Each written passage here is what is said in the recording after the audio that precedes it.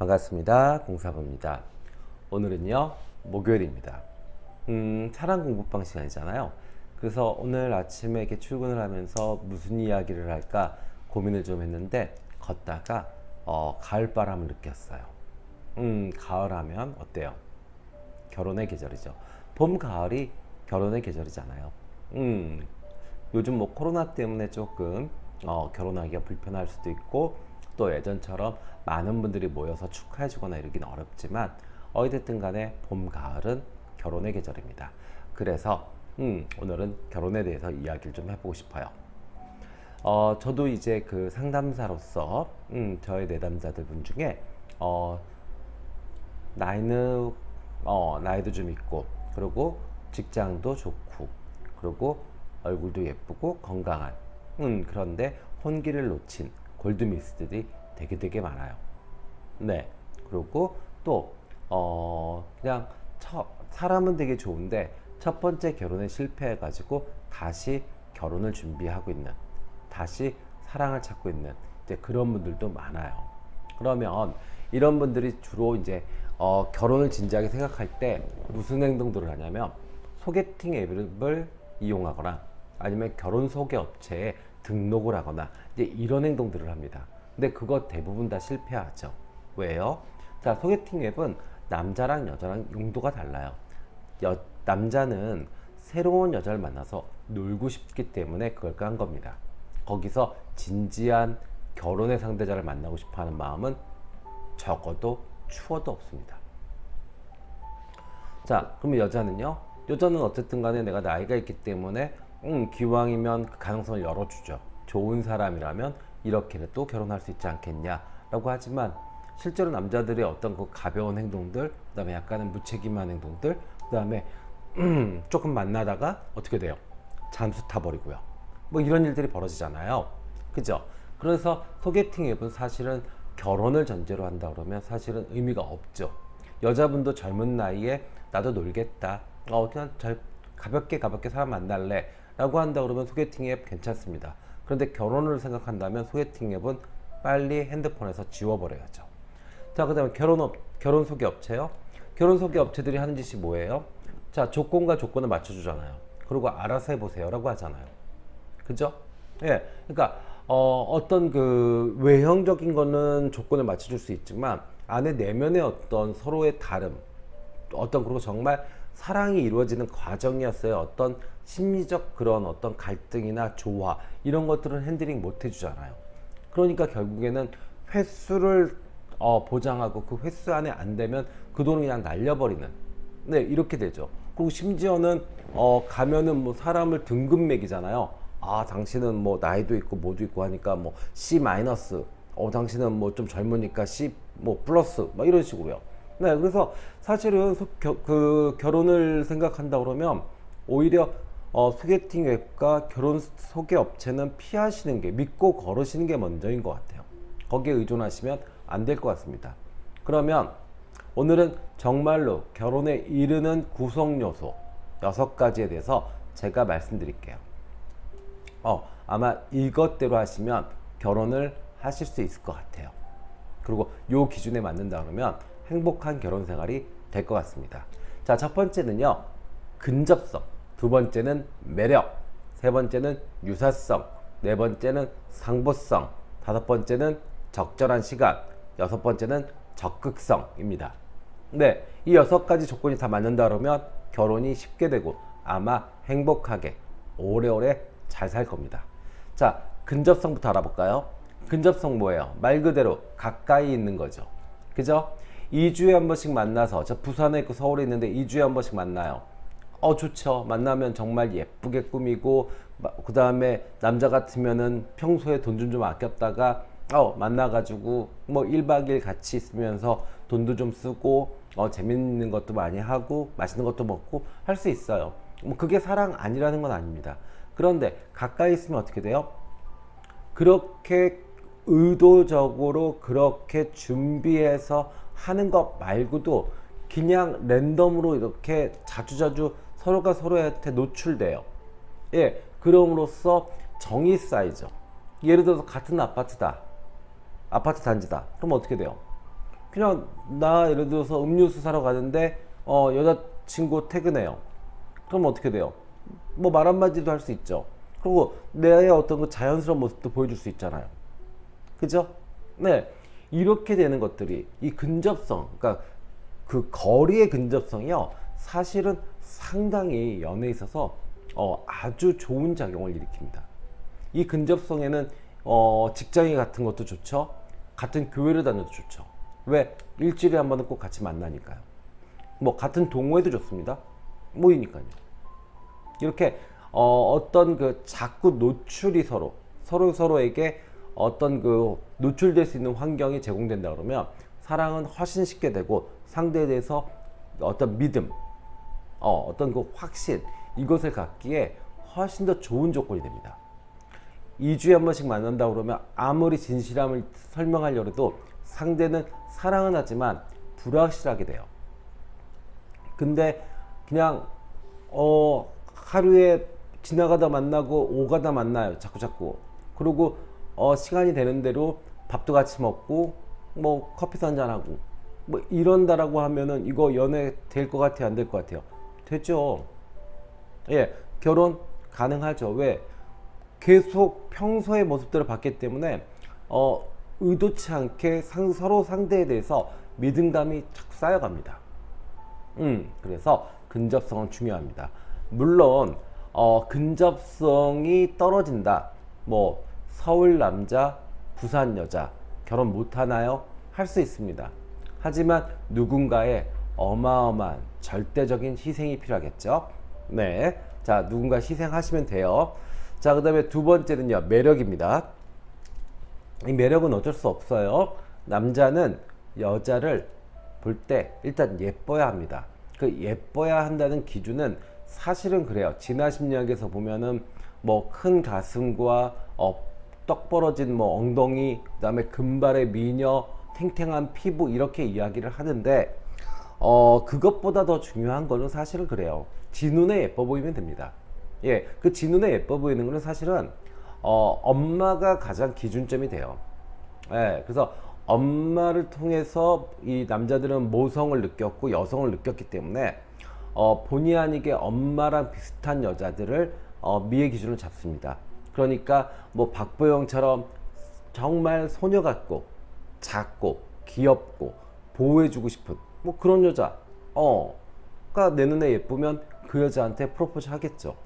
그 다음에 이한이처럼 글래머에 정말 씩씩하고 와일드하고 자기 소리 다 내는 그런 사람이 좋다면 그 사람한테 프로포즈 하겠죠. 그래서 남자들은 어쩔 수 없이 절대적 기준이 이 외적인 시각적인 이 기준에서 벗어나지 잘 못합니다.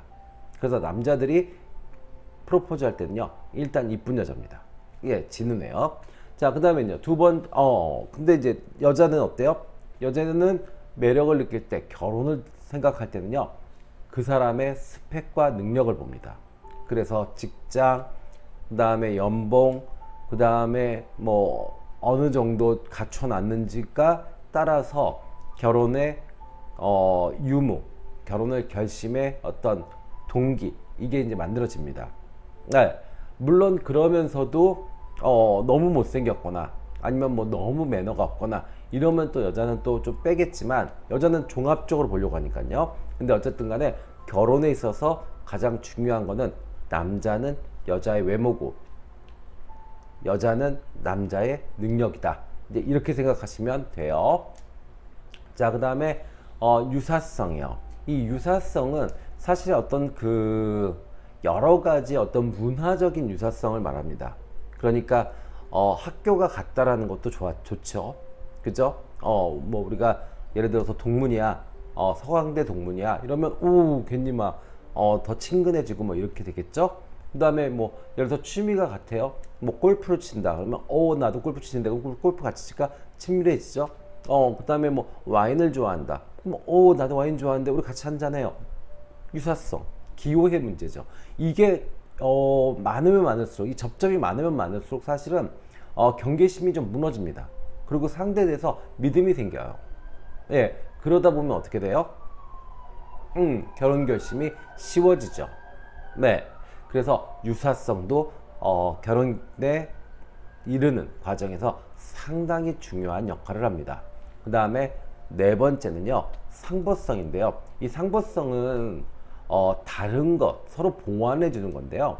이거는 사실은 남자분들은 잘 생각을 못 할 수도 있어요. 왜냐하면 사실 아까 얘기했지만 근접성, 매력, 유사성 요 정도만 해도 남자분들은 충분히 결혼을 결심을 해요. 근데 이제 여성분들 중에서 이제 어떤 그 상보성에 대해서 고민을 좀 많이 하시는 분들이 계세요. 어떤 거냐? 자, 내 성격이 이러니까 남자가 좀 이랬으면 좋겠어. 내 성격이 좀 소심하니까 남자가 좀 적극적이었으면 좋겠어. 아니면 뭐 내가 좀 키가 크니까 남자는 조금은 작았으면 좋겠어. 반대로 내가 너무 좀 작으니까 남자는 좀 컸으면 좋겠어. 뭐 이런 거 있잖아요. 또 우리 집이 조금 어려우니까 남자가 좀 능력이 있었으면 좋겠어. 뭐 이런 식으로 상보성에 대해서 많이들 생각을 합니다. 그래서 여자분들 입장에서는 상보성이 상당한 큰 기준이 됩니다. 네, 아까 남자분들은 매력이 제일 큰 기준이에요. 네, 자, 그 다음에요, 적절한 시간이요. 한 평생을 살면서 진짜 사랑하는, 제일 많이 사랑했던 사람과 결혼을 할까요? 신이 그렇게 로맨틱할까요? 그건 아닙니다. 결혼은 철저하게 시간의 예술입니다. 그 시간에 홀로 있는 남녀가 서로 적절한 시간에 어떤 사랑을 느끼고, 그리고 적절한 시간에 서로에게 결혼을 약속하고 결혼을 하는 겁니다. 그래서 사실은 그 어떤 타이밍의 예술이 되죠. 네. 그래서 자꾸 어떤 결혼에 대해서 너무 그렇게 막 진실한 사랑, 그 다음에 끝까지 가야 되는 사랑, 이렇게 생각하지 마세요. 그 순간 가장 사랑했던 사람, 내가 결혼할 그 나이에, 결혼을 결심할 그 나이에 가장 사랑했던 사람이고, 그 순간에 내 앞에 나타난 사람입니다. 그 이상도 그 이하도 아닙니다. 일단 네, 너무 많이 기대하시거나 너무 많이 의미를 부여하면 어떻게 돼요? 상처도 깊어지고 원망도 커집니다. 그러니까 결혼에 대해서는 그 정도 생각하시는 게 맞아요. 그래서 적절한 시간, 결혼은 타이밍의 예술이다, 이렇게 보시면 돼요. 자, 그 다음에 적극성이요. 아무리 근접성이 있고 매력을 서로 느꼈고 유사성도 있고 상보성도 있고 적당한 나이에 적정한 시기에 만났다 치면 뭐예요? 적극성이 누구도 안 갖고 있다면 문제가 되죠. 그죠? 그래서 최소한 누구 한 명은 미쳐야 합니다. 그 미쳐야 결혼을 밀어붙일 수 있거든요. 네, 대부분은 남자분들이 밀어붙였죠, 지금까지는요. 근데 요즘은 세상이 바뀌어서 여자분들이 살짝 미쳐서 밀어붙이기도 합니다. 네, 근데 어쨌든 간에 이 적극적인 어떤 사랑, 이제 이런 것들에 대해서 이야기를 또 제가 이렇게 말씀을 드리면 오해를 자꾸 해요. 그러니까 여자분들은 적극적인 거 뭐 얘기하면 성적 유혹, 아니면 뭐 선물 공세, 아니면 이상하게 막 콧소리 내면서 애교 부리는 영상 보내고 막 이러면서 이게 적극성이다 라고 오해를 해요. 그거 적극성 아니에요. 또 남자분들은 어때요? 적극적으로 하라 그러면 막 허세 부립니다. 예, 없는 돈에 뭐 또 차도 또 제일 좋은 거 사서 막 괜히 막 저기 여자친구 회사 앞에서 막 얼쩡거리고, 지는 뭐 가보지도 못한 명품관 가가지고 막, 그러고 적극성. 예, 그 다음에 괜히 이벤트 한다고 막 회사에다 꽃 보내고 적극성. 그거 아니에요. 예, 그런 식의 적극성은 그냥 연애의 수준입니다. 예, 절대로 결혼까지 가고 아름다운 사랑으로 가고 이러는 건 아니에요. 네, 그래서 오늘 요 적극성에 대해서 좀 이야기를 좀 나눠보자고요. 자, 다시 한번 결혼에 이르는 과정을 정리 좀 해볼게요. 결혼에 이르는 과정은 일단 근접성, 그 다음에 매력, 유사성, 상보성, 적절한 시간, 그 다음에 마지막 적극성이다. 근데 적극성에 대해서 여러분들이 좀 오해를 많이 한다, 그죠? 그래서 이 적극성에 대해서 우리가 한번 이야기를 좀 더 해보자고요. 자, LA 프롬의 쓴 사랑의 기술에서는요, 적극적 사랑의 징표를 네 가지로 잡았습니다. 적극적 사랑의 징표 네 가지. 뭐냐면요. 관심, 책임, 지식, 존중입니다. 네, 관심, 책임, 지식, 존중이요. 자, 관심은요. 누군가를 적극적으로 사랑하게 될 때 그 사람의 삶과 성장에 관심을 갖게 되고 그의 필요에 반응을 하는 겁니다. 그러니까 내가 신이 나서 괜히 막 이러고 막 여자들 뭐 이런 게 아니에요. 그게 아니라 그가 관심 있는 거, 그의 필요, 예, 그의 필요에 반응을 해주는 겁니다. 그러니까 그가 좀 쉬고 싶다 그러면 쉬게 해주고, 네, 아니면 그가 뭐 여행을 가고 싶다 그러면 같이 여행을 가지고, 뭐 술 한잔 마시면서 위로를 얻고 싶다면 그거에 반응을 해주는 것이 관심입니다. 그러니까 자꾸 내가 뭘 그냥 삘 받아가지고 해놓고 뭐 원하는 결과가 안 나왔다고 막 저한테 와서 하소연하고 울고불고 난리치는데 그거 아니라니까요. 그래서 관심 그런 겁니다. 예, 그의 필요에 반응을 하는 겁니다. 자, 두 번째요. 책임. 책임은요. 에리 프롬이 얘기한 책임은 내가 사랑하는 사람의 삶과 성장에 관심을 갖기에 그의 다양한 필요, 그가 표현하지 않는 필요에 대해서도 반응할 준비가 되는 것이 책임이다. 그러니까 자, 관심에서 책임으로 발전했어요. 그래서 말을 하지 않아도 그가 필요한 것, 그가 어려워하는 것들에 대해서 반응할 준비를 하는 것이 그것이 책임이다라고 하는 겁니다. 아셨죠? 네. 뭐 술값 내가 내고, 예, 모텔비 내가 내고 이게 책임 아니에요.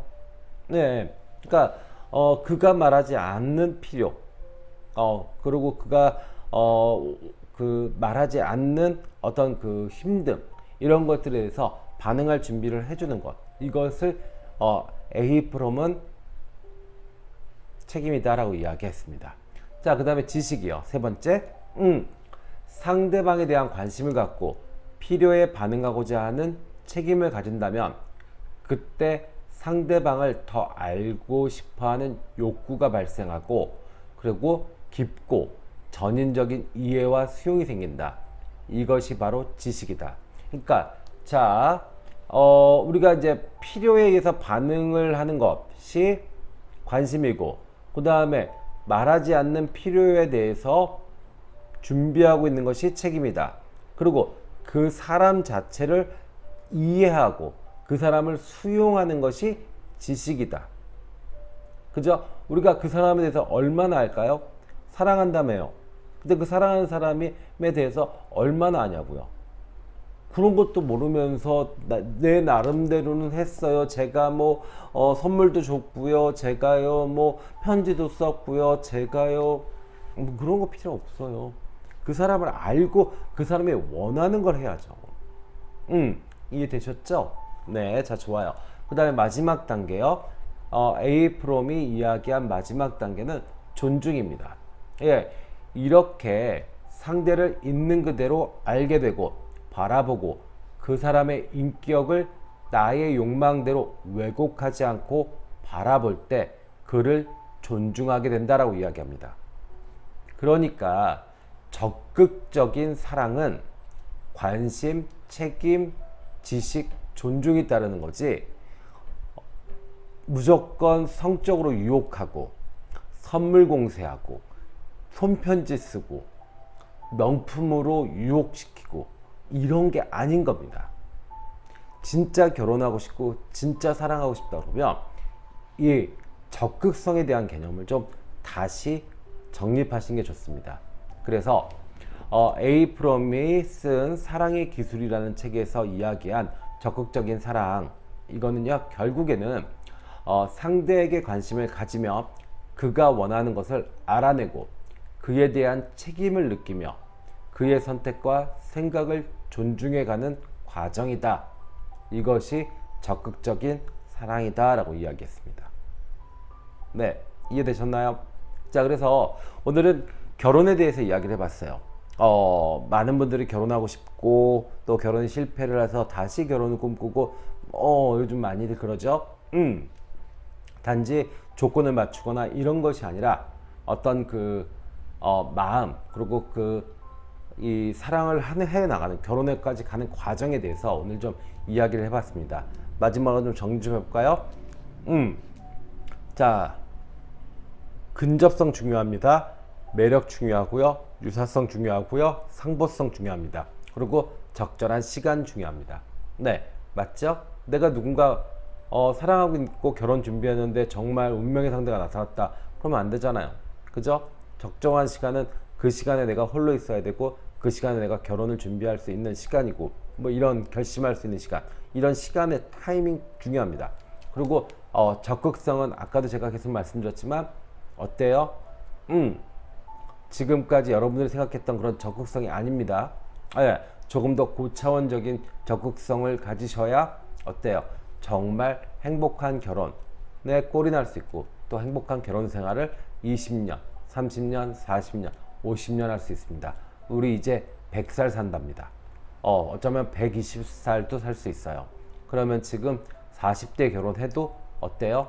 80년을 같이 살 사람을 만나게 됩니다.